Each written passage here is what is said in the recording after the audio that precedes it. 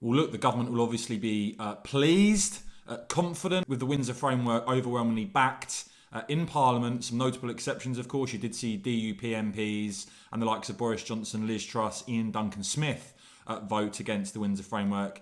But the government may have a much bigger rebellion on its hands in terms of the illegal migration bill. Of course, Prime Minister Rishi Sunak has spoken about stopping the boats. Yes, we've heard it all before, but this time Sunak pledging that this is the bill to finally stop the illegal migration crisis. Now, in terms of the ECHR, I've highlighted it on my channel before, but we know from the research out there that more Brits now support leaving ECHR than remaining. Certainly, overwhelmingly, Conservative voters now favour an ECHR exit. And you have this weird sort of dynamic whereby you've got the Home Secretary, Suella Braverman, who's openly said that leaving ECHR is required, yet even as Home Secretary, the government not going down this route. And so you're seeing a rebellion described as panic stations, panic mode in Downing Street about this potential Tory rebellion on the illegal migration bill from around 60 Conservative MPs who could back an amendment put forward by the Tory MP Danny Kruger for the UK to ignore rulings by the ECHR.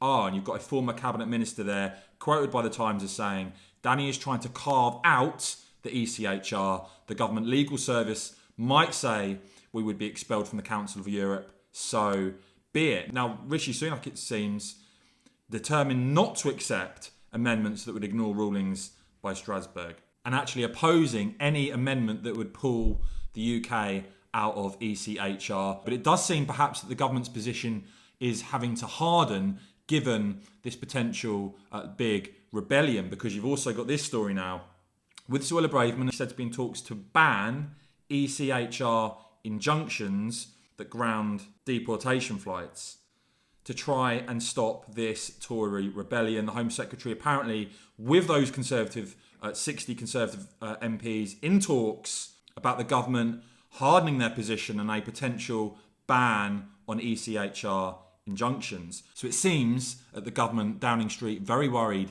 about the scale of this rebellion from Conservative MPs, and you could see the government moving in this direction to ban ECHR injunctions. Let me know what you make of that in the comments below, guys. I will keep bringing you the very latest on this and more, so please do whack this video a quick thumbs up, and of course, as ever, cheers for watching.